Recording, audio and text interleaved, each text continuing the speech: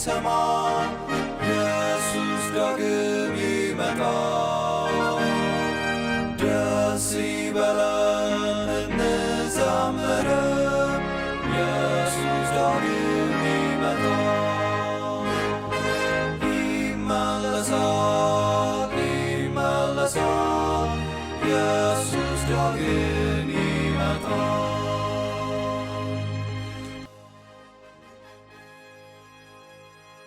ጸሎት አገልግሎት ውስጥ እምነት የጸሎት እስትንፋስ ነው ማለት እንችላለን። ያለ እምነት እግዚአብሔርን ደስ ማሰኘት አይቻልም። ያለ እምነት የተጸለየ ጸሎት የትም እንደማይደርስ ቃሉ ይናገራል። ስለዚህ ነው እንግዲህ የጸሎት እስትንፋስ ምንድን ነው ብለን ካሰብን እምነት ነው ልንል እንችላለን። በእምነት ነው ጸሎት ሕይወትን የሚዘራው ኃይልንም የሚያደርገው ከእግዚአብሔርም ጋር የሚገናኘው በእምነት ነው። ስለዚህ ትክክለኛ ርዕስ ነው የተመረጠው ለማለት እወዳለሁኝ። ታዲያ በዚህ በእምነት ዙሪያ ጥቂት ነገሮችን ለመነጋገር ከእግዚአብሔር ቃል ጊዜ እንወስዳለን አሁንና ማደፋፍራችሁ ብትችሉ ማስታወሻ ካላችሁ አጠገባችሁ ማስታወሻችሁን አዘጋጅታችሁ 1-4 ነጥቦችን ነው አብረን በማየት ይህንን ጊዜ የምናሳልፈው። እንደ ጸሎት ነጥብም አድርገን እንወስዳቸዋለን፣ እንደ ትምህርት ነጥብም ይሆኑናል። ስለዚህ ብትጽፏቸው አንዳንድ ጥቅሶችም ከዛ ጋር የምናነሳቸውን ብትመዘግቡ ነቃ ብላችሁም ለመስማት እንደዚሁም ደግሞ የሰማችሁትን ውስጣችሁ ጠብቆ ለማቆየት ይረዳችኋልና ይህ እንድታደርጉ አደፋፍራችኋለሁ። የምታደምጡት ሁሉ በቅድሚያ ግን አጭር ጸሎት እንድናደርግ በድጋሚ ጠይቃችኋለሁ። እግዚአብሔር ራሱ እንዲያስተምረን እንጸልይ። እግዚአብሔር አፍቃሪ አባታችን እጅግ አድርገን እናመሰግንሃለን። በእውነት እንዳንተ ያለ ማንም የለም። ቀደም ብለን እንደሰማነው መልእክት ጠፍተን ስንቅበዘበዝ የምትፈልገን፣ ከወደቅንበት ተነስተን ወደ አንተ እንድንመጣ አቅም የምትሆነን፣ ወደ አንተም ስንመለስ በሰፊ እቅፍ ወደ ራስህ አስጠግተህ ተሸክመህ እንደገና በፍቅር የምታጠግበን ሕይወትን የምትዘራብን መልካም አባት ስላለህ እናመሰግንሃለን። እግዚአብሔር አባት ሆይ አሁንም በእምነት ማደግ እንችል ዘንድ ያለ እምነት አንተን ማየትም ማስደሰትም አይቻልም። በእምነት ነው ሁሉ ብለህናልና በእምነታችን ደግሞ የምናድግበትን የምንጠነክርበትን ስር የምንሰድበትን ፍሬ የምናፈራበትን ለእኛ ያዘጋጀኸውን ደግሞ ለመውረስ አቅም የምናጎለብትበትን ትምህርት እንድታስተምረን ከአንተም የተማርን ልጆች እንድንሆን እንድትረዳን እንጸልያለን። ስለ ሰማህን ተመስገን። ክብር ለአንተ ይሁን። በዚህ መስመር ያለነውን ሁሉ ባርክ። በጌታ በኢየሱስ ክርስቶስ ስም አሜን። እግዚአብሔር የተመሰገነ ይሁን። ጌታ ያስተምረናል። እንግዲህ ቅድም እንደተናገርኩት ስለ ጸሎትና ስለ እምነት ግንኙነት ስናስብ እምነት የጸሎት እስትንፋስ ነው ማለት እንችላለን። በጣም ወሳኝ ነው። በሁለቱ መካከል ያለው ቁርኝት በእግዚአብሔር ቃል ላይ በግልጽ ተቀምጦልናል። ታዲያ እንዲህ ወሳኝ በሆነው እምነታችን ለማደግ ይህ እምነታችን ጤናማ ሆኖ የሚያድግ እንዲሆንልን እምነታችንን ጨምርልን ብለው ደቀ መዛሙርቱ የጠየቁትን ጥያቄ እናስታውሳለን እና በእምነታችን ለማደግ የሚረዱንን 4 የሚጠጉ ነጥቦች ብያቸዋለሁ። 4ቱ የእምነት ምሰሶዎችን ብለን ልናስባቸው እንችላለን። እነሱን አጠር አድርገን እንመለከታለን እና እነዚህን 4 ወሳኝ ቁልፍ ሐሳቦች ደግሞ እምነት በሚለው ቃል ውስጥ በአማርኛችን እምነት በሚለው ቃል ውስጥ ባሉት 4 ፊደላት እንደ ምህጻረ ቃል ተጠቅመን ለመያዝ እንሞክራለን። የእናንተን አላውቅም። እኔ ብዙ ጊዜ አንድን ነገር ለማስታወስ ይሄ አክሮኒም ወይም እንደ ምህጻረ ቃል አድርጎ መጠቀም በጣም ይረዳኛል። ቶሎ ለማስታወስ እነዛን ነገሮች አእምሮዬ ውስጥም ደግሞ ጠብቄ ለማቆየት ያግዘኛል። ይሄ ደግሞ በነገራችሁ ላይ መጽሐፍ ቅዱሳዊ አንድምታም አለው። ብዙዎቻችሁ ታውቁ እንደሆነ አላውቅም።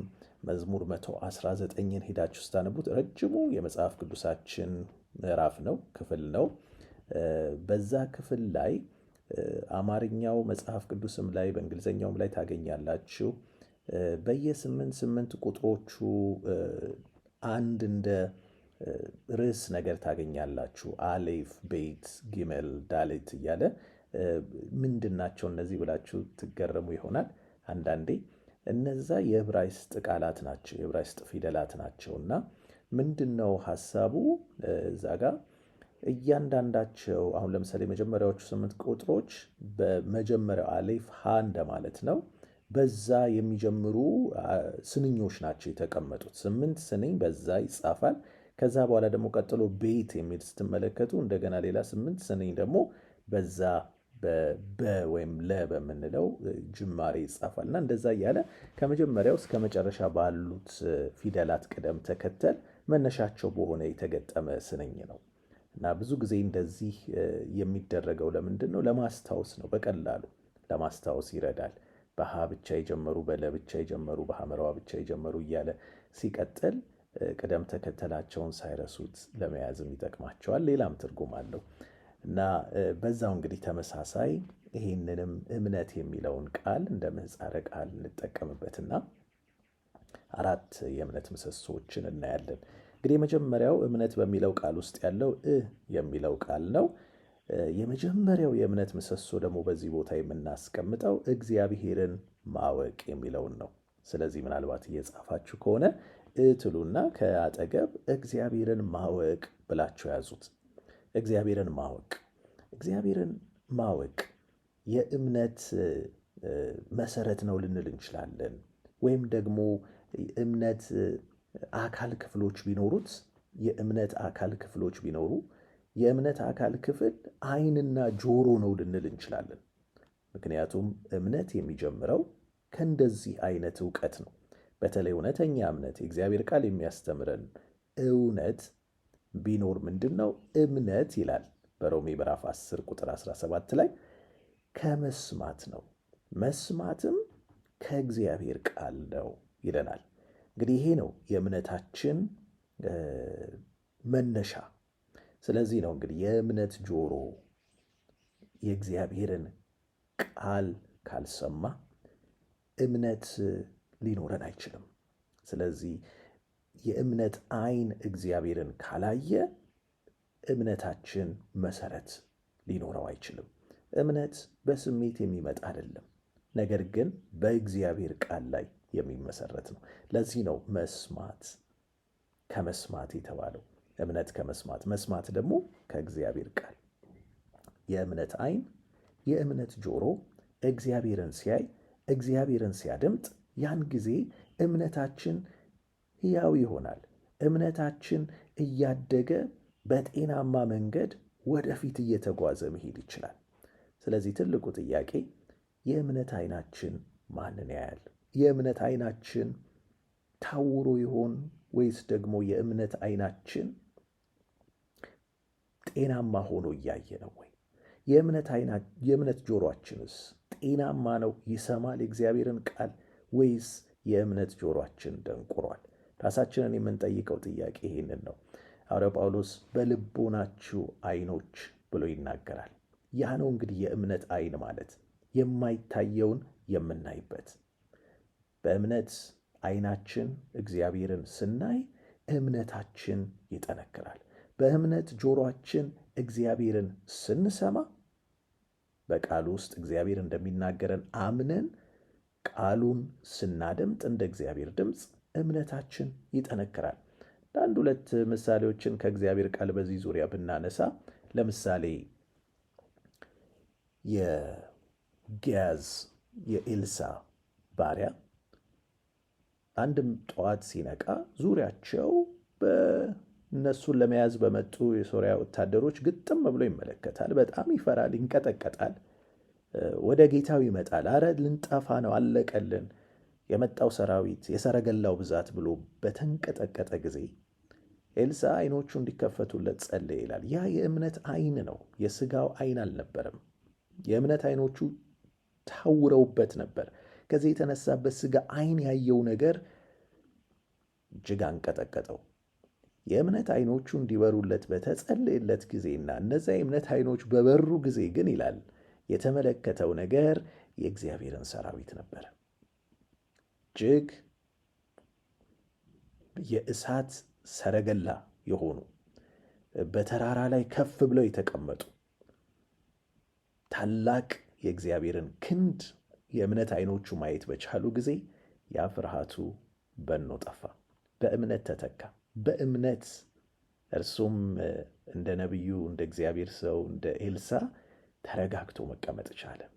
ይሄ ነው እንግዲህ እምነትን በውስጣችን የሚዘራ ለእኔና ለእናንተም እንደዛ በእምነት ዓይኖቻችን የእግዚአብሔርን በዙሪያችን መሆን እርሱ ከኛ ጋር እንዳለ ከሁኔታችን በላይ ከሁኔታችን ባሻገር ከምናያቸው ነገሮች ከከበቡን ከሚያስደነግጡን እያስፈራሩን እያንቀጠቀጡን እጅግ በሽብር ከሞሉን ከምናያቸው በሥጋ ዓይኖቻችን ከምናያቸው ነገሮች ባሻገር የእምነት ዓይናችን እግዚአብሔርን ሲያይ ያን ጊዜ እምነታችን በውስጣችን ያለውን ፍርሃት አሸንፎ በመረጋጋት ያስቀምጠናል። ጆሮም እንደዛው ነው። አስታውሱ ሳኦልንና በዛ ሜዳ ላይ ከእርሱ ጋር ፈሰው የነበሩትን የእስራኤልን ወታደሮች አስቡ። በየጠዋቱ እየመጣ ጎልያድ ሲደነፋባቸው የሚሰሙት የነበረው የእሱን ጩኸት ብቻ የእሱን ቀረርቶ ብቻ ነበረ። እየመጣ አሁንም የሚያሳንሳቸውን በፍርሃት የሚያሸማቀቃቸውን ነገር ሲናገር ሰምተው ምንም ሊያደርጉ የቻሉት ነገር አልነበረም። አዎ ፍርሃት ሽባ ነው የሚያደርገው። ሽባ አድርጓቸው በተቀመጡበት ዳዊት መጣ፣ ተመሳሳዩን ነገር ሰማ። ነገር ግን የእሱ የእምነት ጆሮ ክፍት ነበር። የአምላኩን ድምፅ ያዳምጥ ነበር። የአምላኩን ተስፋ ያዳምጥ ነበር። የአምላኩን እጆችም ደግሞ ይመለከት ነበረ በሕይወቱ በሚያልፈው ነገር። ስለዚህ የዚያ የጎልያድ ይህ ያልተገረዘ ሸለፈታም ድምፅ ብሎ በንቀት እንደዚሁም በቁጣ ተሞልቶ ሁሉ ተናገረ። እንዴት የእግዚአብሔርን ሕዝብ እንደዚህ ሽባ ያደርጋል አለ። እናም ወገኖቼ እኔና የእናንተም ሕይወት እንደዛ ነው። በእውነት የእምነት ዓይኖቻችን እንዴት ናቸው? እግዚአብሔርን ያዩታል ወይ? የእምነት ጆሮቻችንን ጤንነታቸው እንዴት ነው? እግዚአብሔርን ያዳምጣሉ ወይ? ቃሉን ይሰማሉ ወይ? እምነት ከመስማት ነው፣ መስማት ከእግዚአብሔር ቃል ነው። ስለዚህ ወገኖቼ ጸሎቴ ይሄ ነው፣ ለእኔም ለእናንተም። እግዚአብሔር ሆይ የእምነት ዓይናችንን ክፈትልን፣ አንተን እንይ።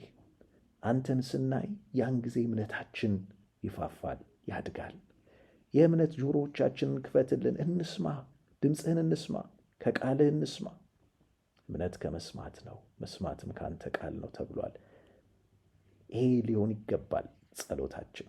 ያን ጊዜ እምነታችን ይጠነክራል። በእውነት ይሄ ጸሎታችሁ ከሆነ አብራችሁኝ እንድትጸልዩ ጋብዛችኋለሁ። እግዚአብሔር ሆይ በእውነት አንተ ዓይናቸው የታወረውን ስታበራ፣ ጆሮአቸው መስማት የተሳነውን የደንቆሮችን ጆሮ ስትከፍት፣ እንዲህ ያለውን ታምር ማድረግ እንደምትችል አሳይተናል። በዚህ ሰዓት ደግሞ ጌታ ሆይ ለአካል ዓይናችን ለአካል ጆሮአችን ሳይሆን ነገር ግን ለእምነት ዓይናችን ለእምነት ጆሮአችን ጤንነት እንጸልያለን። እባክህን እግዚአብሔር ሆይ የእምነት ዓይናችን ታውሮብን ምናልባት እኛም እንደ ገያዝ የምናየው ነገር በዙሪያችን የከበበንን ሊያጠፋን የቀረበውን የሚያስፈራራንን ነገር ብቻ ከሆነ አሁን የእምነት ዓይኖቻችን እንድታበራልን ከዛ ባሻገር ከዛ የሚበልጠውን ያንተን የሕያው አምላክን ማንነት ዓይኖቻችን የእምነት ዓይኖቻችን ማየት እንዲችሉ እንድትረዳን እጸልያለሁ።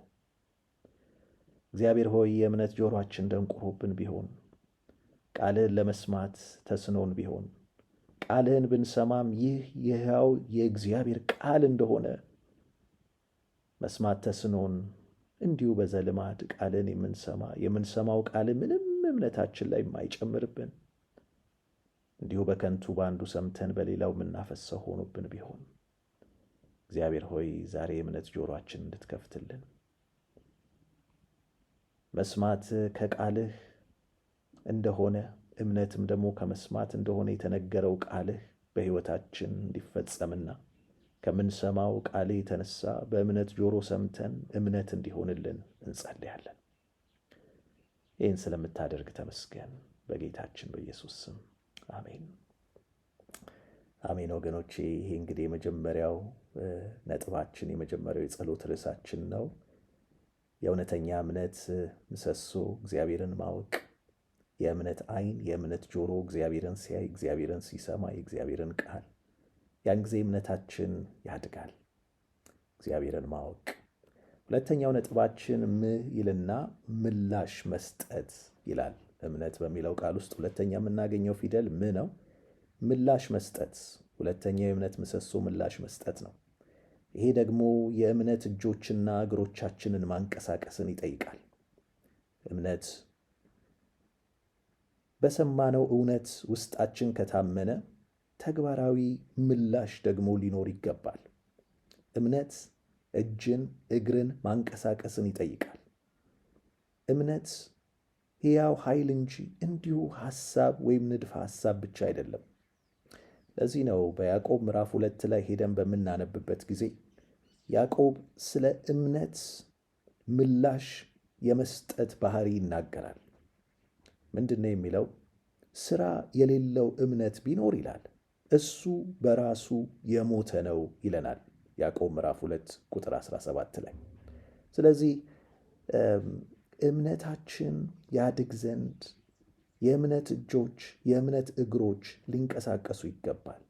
የእግዚአብሔር ቃል እንደሚያስተምረን ከሆነ እምነታችን ያለ ሥራ ሲሆን በራሱ የሞተ ነው ይላል።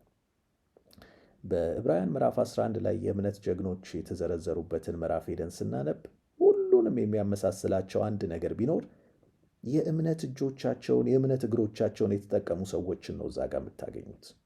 አቤል በመጀመሪያ የቀረበውን ስም ብታዩ አቤል በእምነት እግዚአብሔርን ታዞ ባዘዘው መሠረት ተገቢውን መሥዋዕት አቅርቦ ነበር። እጆቹን አጣጥፎ የተቀመጠ ሰው አልነበረም። ኖህ እግዚአብሔር ባዘዘው መሠረት ምንም ነገር በማይታይበት በደረቅ መሬት ላይ መርከብን ለመስራት የተነሳ ሰው ነበር እንጂ የእሱም የእምነት እጆች ታጥፈው የተቀመጡ ሽባ የነበሩ አልነበረም።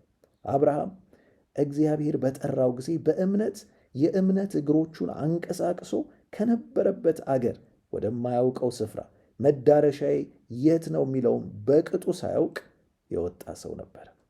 ስለዚህ እነዚህንና ሌሎቹንም ሁሉ ስንመለከት ሳለ የሚያመሳስላቸው ነገር ቢኖር እነዚህ የእምነት ጀግኖች የእምነት እጆቻቸው፣ የእምነት እግሮቻቸው የሚሰሩ ነበሩ። እምነታችን የትእዛዙን ቃል ሲሰማ እግሮቻችንና እጆቻችን ደግሞ ምላሽ መስጠት አለባቸው።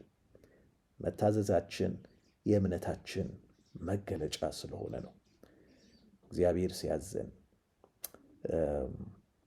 አብርሃም ልጁን ለመሰዋት የተጠየቀው ጥያቄ ያው ያዕቆብም በመልእክቱ ላይ ያስቀምጠዋል። ትልቁ የእምነት ምላሽን የሰጠበት እጅግ አስደናቂ ታሪክ ነው እና በዚያ ቦታ ላይ ሄደን እንደምናነበው እግዚአብሔር አምጣለው የሰጠውን መልሶ እንዲሰጥ ሊያውም ደግሞ መስዋዕት አድርጎ እንዲሰዋለት በጠየቀው ጊዜ በጣም ከባድ ነበር። ይህንን አይነት የእምነት ምላሽ መስጠት ቀላል አልነበረም። ነገር ግን የአብርሃም እጆች፣ የአብርሃም እግሮች ሰሩ። ሂድ ወደዚህ ተራራ ሲለው የእምነት እግሮቹ ተንቀሳቀሱ። ወደ ተባለው ስፍራ ሄደ። ሰዋ እንደተባለው ደግሞ የእምነት እጆቹም ተንቀሳቀሱ። ልጁን ብድግ አደረገ፣ አሰረው። ልጁን የሚሰዋበትንም ካራ በእጆቹ ያዘ። የአብርሃም የእምነት እግሮች፣ የእምነት እጆች ምላሽ ለመስጠት ተንቀሳቀሱ።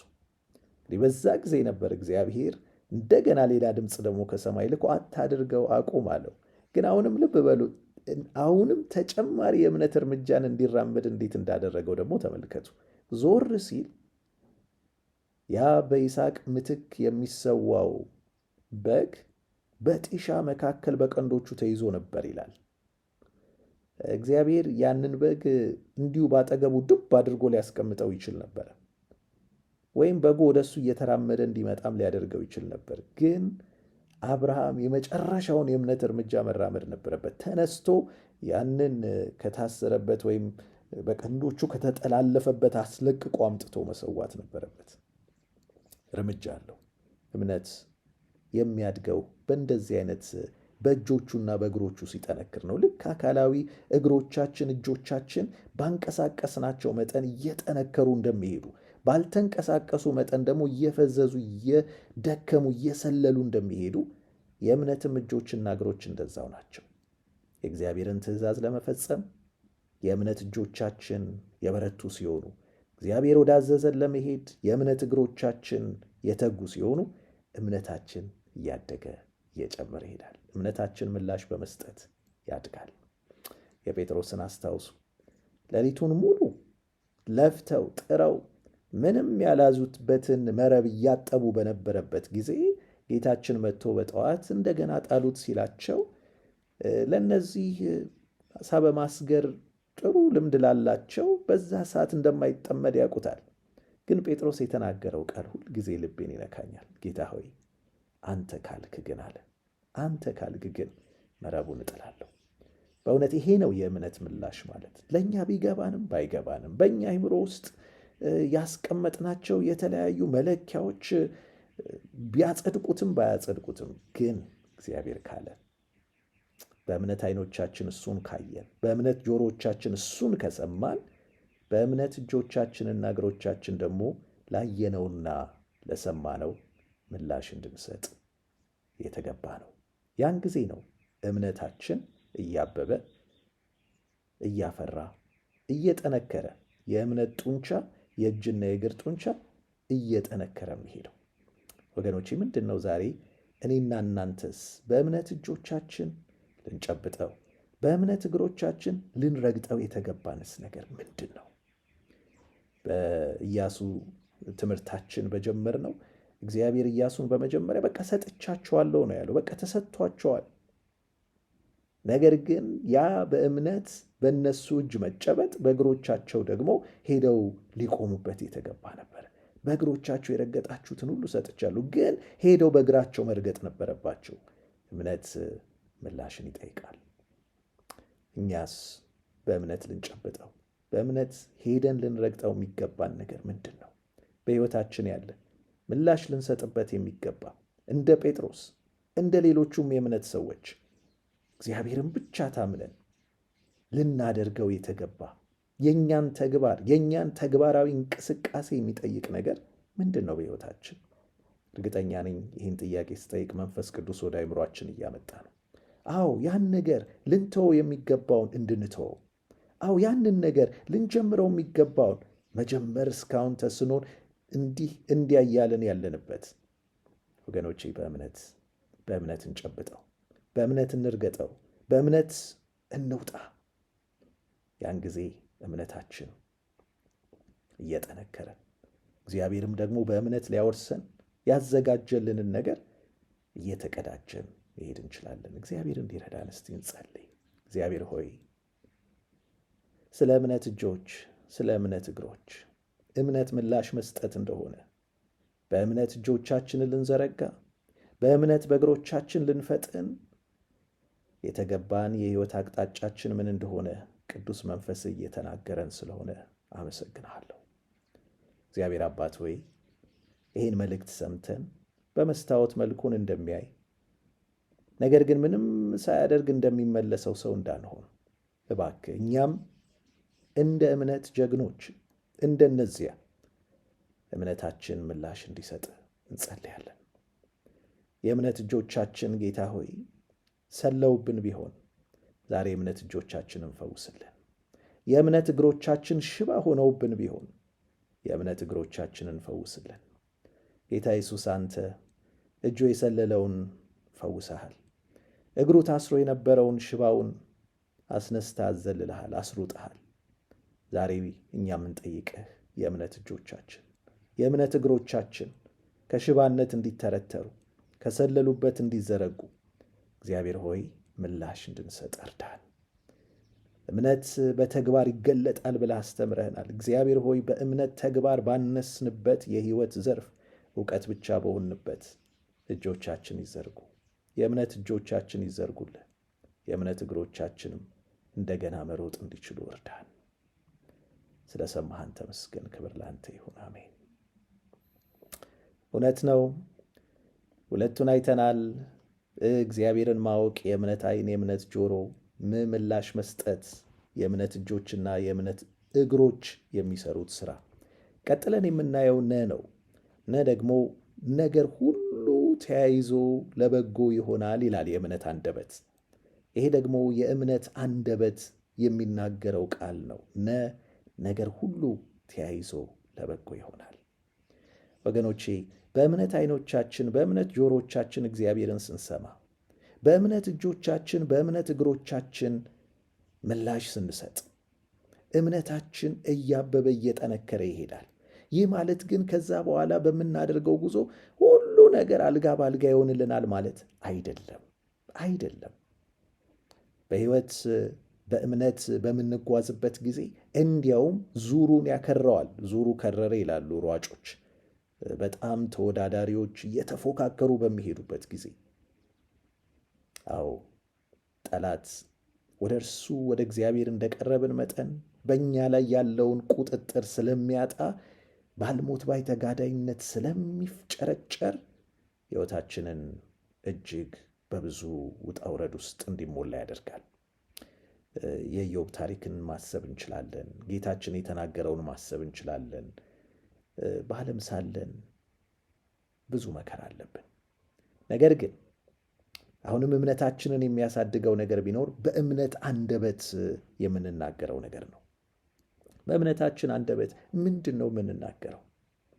እምነት ችግርን የሚጋፈጠው በእግዚአብሔር ቃል ኪዳን በመታመን ነው። እምነት ማለት እግዚአብሔር በመከራ በሁሉም በፈተና ውስጥ መልካሙን ዓላማውን እንደሚፈጽም መናገርና መታመንን የሚጠይቅ ነው።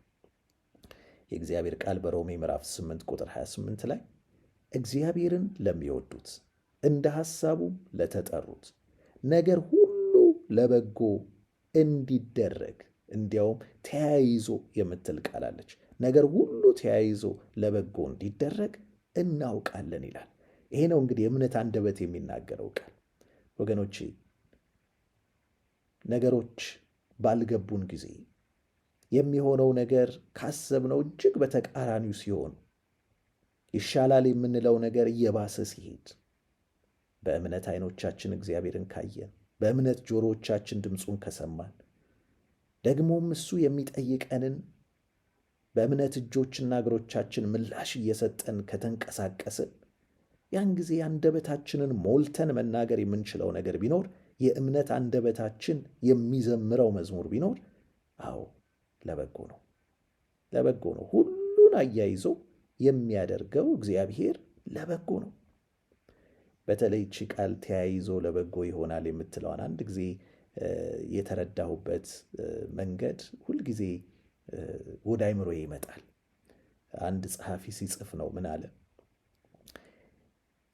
ነገር ለበጎ የሚለውን ብዙ ጊዜ እንላለን፣ ግን ተያይዞ የምትለዋን ትኩረት አንሰጥባትም እና ለብቻ ነገሮቻችንን ካየናቸው ለበጎ መሆናቸውን ማየት አንችልም፣ ግን መያያዛቸው ለበጎ እንደሚያደርገው መርሳት የለብንም አለና እስቲ ኬክ የሚሰራበትን ኢንግሪዲየንት አስበዋል እና ለየብቻ ቅመሷቸው። እንቁላሉን ምቱት፣ ለብቻ ቅመሱት። ዱቄቱን ለብቻ ቅመሱት። ዘይቱን ለብቻ ቅመሱት። እዛ ውስጥ የሚገቡትን ኬክ ይላቸዋል ወይ? አንዳቸውም አይሉም። ነገር ግን ሁሉን ቀላቅላችሁ በምትጋግሩበት ጊዜ ግን ያን ጊዜ ኬኩን ትቀምሱታላችኋል። በሕይወታችሁም የሚያልፉትን የተለያዩ ነገሮች ለየብቻ ስትቀምሷቸው ምንድን ነው እዚህ ውስጥ ያለው በጎ ነገር ትላላችሁ። ነገር ግን ቃሉ እንደሚለው እነዛ ሁሉ ተያይዘው አንድ ላይ ሲመጡ ግን ያን ጊዜ የበጎነቱን ጣፋጭነት ታጣጥማላችኋል። እውነት ነው። የዮሴፍ ታሪክ ለዚህ ጥሩ ምሳሌያችን ነው።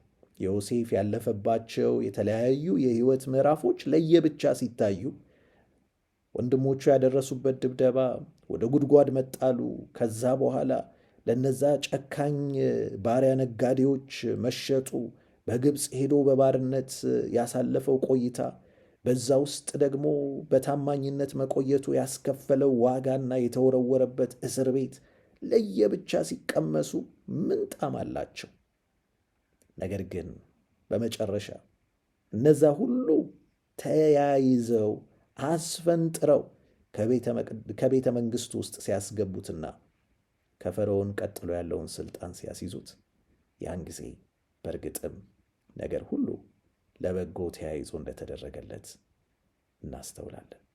ወገኖቼ እኛስ ዛሬ በሕይወታችን ለየብቻ እየቀመስን አንደበታችንን ያመረሩብን በምሬትና በትካዜ የሞሉን የሕይወት ምዕራፎቻችን ምን ይሆኑ?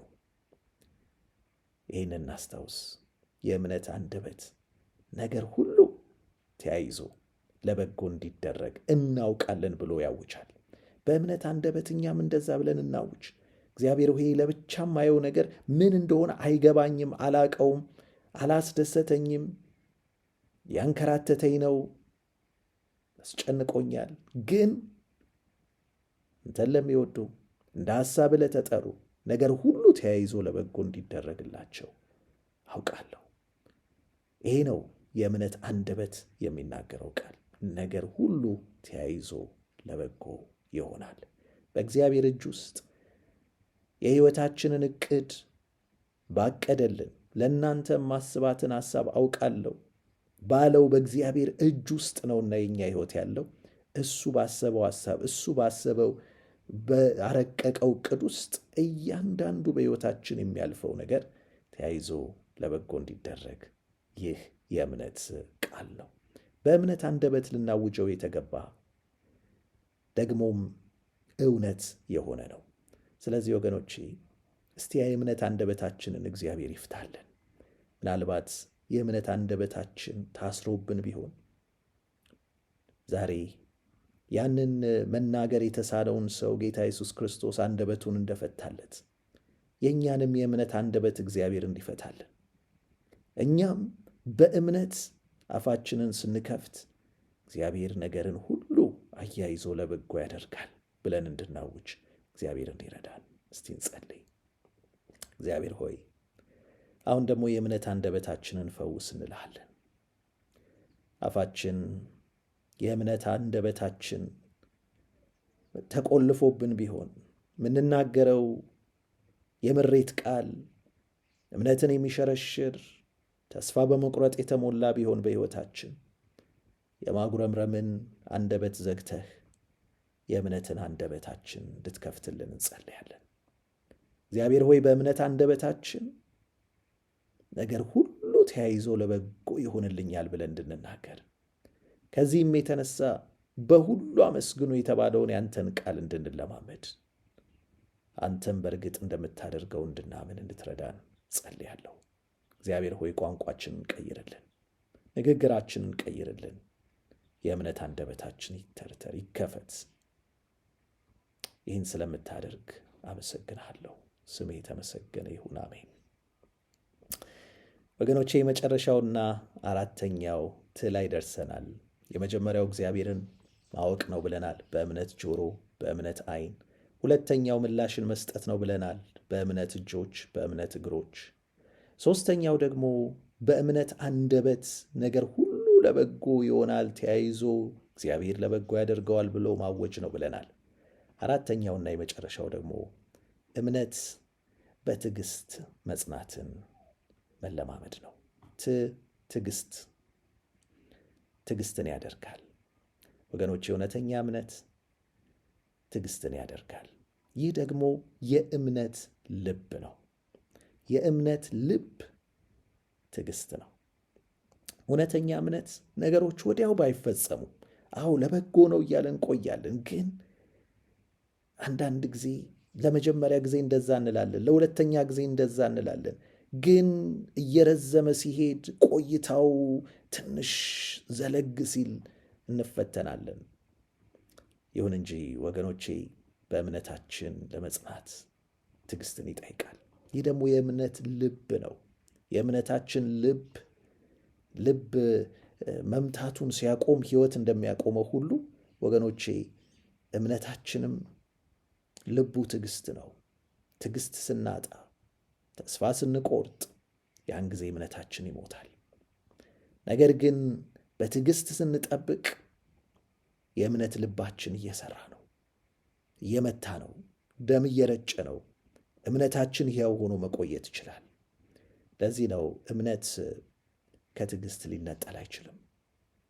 ትዕግስት ከሌለ እምነት ይጠፋል፣ እምነት ይሞታል። የእግዚአብሔር ቃል በሚናገርበት ጊዜ የእግዚአብሔርን ፈቃድ አድርጋችሁ የተስፋውን ቃል እንድታገኙ ትዕግስት ያስፈልጋችኋል ይላል ዕብራውያን ምዕራፍ 10 ቁጥር 36 ላይ። እስከ መጨረሻ የሚጸና ይላል ደግሞ፣ እስከ መጨረሻ የሚታገስ እርሱ ይድናል። ጌታችን ኢየሱስ ክርስቶስ የሰው ልጅ ሲመጣ እምነትን ያገኝ ይሆን ብሎ የጠየቀው ለዚህ ነው። ምክንያቱም እስከ መጨረሻው የሚታገስ እስከ መጨረሻው የሚጸና ምን ያህል ይኖር ይሆን? እነዛ ግን እስከ መጨረሻ በትዕግስት የሚጠብቁት የሙጥኝ ብለው እሱን የያዙት በእርሱም የተያዙት እነሱ የእምነት ልባቸው እየመታ በእምነት ቆይተው እስከ መጨረሻ በእምነት ይድናሉ። መጠበቅ ቀላል አይደለም ወገኖቼ። የኢዮብን መጽሐፍ ስናይ ነበረ።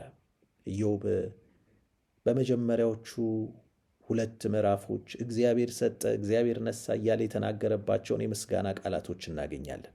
ግን ችግሩ ከእሱ ጋር ቆይታውን ሲያረዝም ትዕግስቱ ተፈተነ።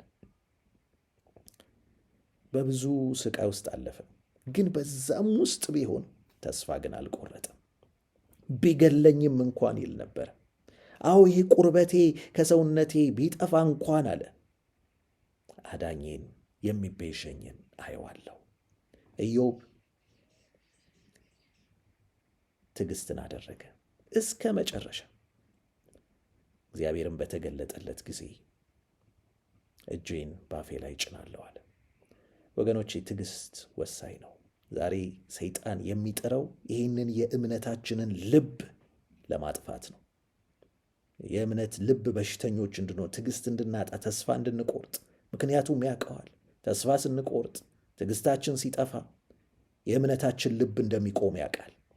ያኔ ደግሞ እምነታችን ይሞታል፣ እኛም እንጠፋለን።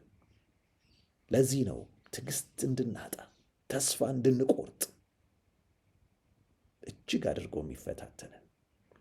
ይሁን እንጂ የእምነታችን ልብ የሆነውን ትዕግስት ደግሞ የበለጠ ከፍ እንዲልልን እግዚአብሔር በቅዱስ መንፈሱ የእምነት ዓይናችን እንዲሰራ እያደረገ፣ የእምነት ጆሮአችን እንዲሰራ እያደረገ፣ የእምነት እጃችን እግራችን እንዲሰራ እያደረገ፣ የእምነት አንደበታችን እንዲሰራ እያደረገ ደግሞ ትዕግስታችን እንዲጨምር ያደርጋል።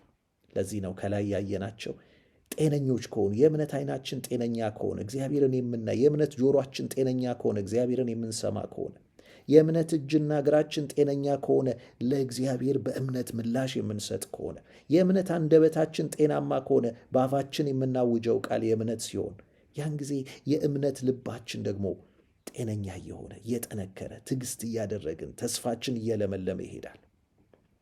ተቃራኒውም እንደዛው ነው። ስለዚህ ትዕግስት ወሳኝ እንደሆነ ማስተዋል ይኖርብናል። ለዚህ ነው በፈተና የሚታገስ ይላል የእግዚአብሔር ቃል፣ እርሱ ብፁዕ ነው። በምንም ሁኔታ ውስጥ ብናልፍ የቅዱሳን ትዕግስት ደግሞ ይላል በራእይ ምዕራፍ 14 ላይ ስናነብሳል፣ ትዕግስት እስከ መጨረሻ መጽናት የእምነታችን ልብ ነው። ተስፋ ሲታጣ፣ ትዕግስት ሲጠፋ እምነት ይጠፋል። ስለዚህ ወገኖቼ በትዕግስት እስከ መጨረሻ እንድንጸና በምንም አይነት ሁኔታ ውስጥ ቢሆን የእምነት ልባችን ተጠብቆ እንዲቆይ እግዚአብሔር እንዲረዳን በመጸለይ እንጨርሳለን። እንጸልይ። እግዚአብሔር ሆይ በእውነት በለሱን የሚጠብቅ ፍሬውን ይበላል፣ ጌታውንም የሚጠብቅ እሱ ይከብራል ይላል ቃልህ። በትዕግስት እስከ መጨረሻ ጸንተን እንድንጠብቅ፣ ይህም ለእምነታችን ወሳኝ እንደሆነ የእምነታችን ልብ እንደሆነ ትዕግስትን ማድረግ አስተምረህናል። አንተም ትዕግስትን እንድትሰጠን እግዚአብሔር ሆይ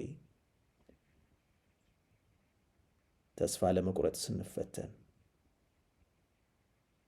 ጠላት የሚፈልገው ይሄን እንደሆነ አስተውለን፣ እኔ ግን ቢገለኝም እንኳን እንዳለ እንደ ባሪያ እንደ ኢዮብ አንተን በመታገስ እንድንቆይ የእምነት ልባችንን ጤንነት እንድጠብቅልን ጌታ ሆይ በተስፋና በትዕግሥት የተሞላን ሕይወት እንድንኖር እንድታግዘን ጸልያለሁ።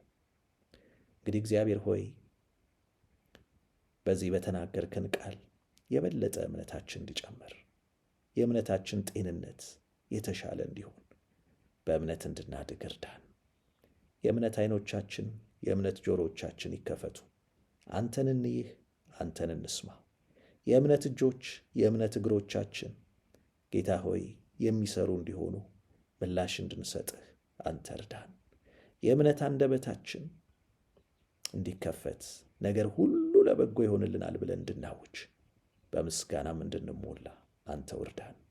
እግዚአብሔር ሆይ የእምነት ልባችንን አንተ ጠብቅልን፣ በተስፋ በትዕግሥት ሙላን። ይህን ስለምታደርግ እናመሰግንሃለን። ስለ ሁሉ ስም ይክበር፣ በጌታችን በኢየሱስ ክርስቶስ ስም አሜን። እግዚአብሔር ይባርካችሁ።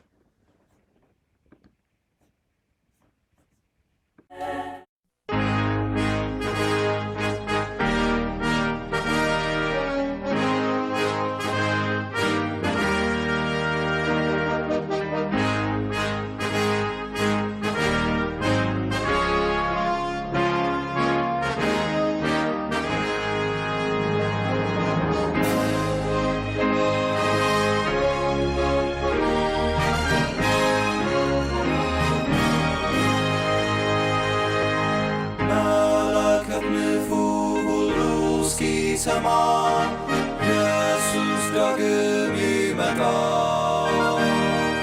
ደስ ይበለን እንዘምር፣ ኢየሱስ ዳግም ይመጣል። ይመለሳል ይመለሳል፣ ኢየሱስ ዳግም ይመጣል። ተራሮቹ ኢየሱስ ዳግም ይመጣል። ኢየሱስ ይመጣል በክብር ዙፋን። ኢየሱስ ዳግም ይመጣል።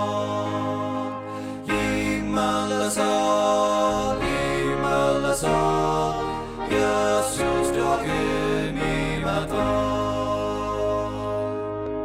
ፍጥረቱ ሁሉ ይናገረናል፣ ኢየሱስ ዳግም ይመጣል።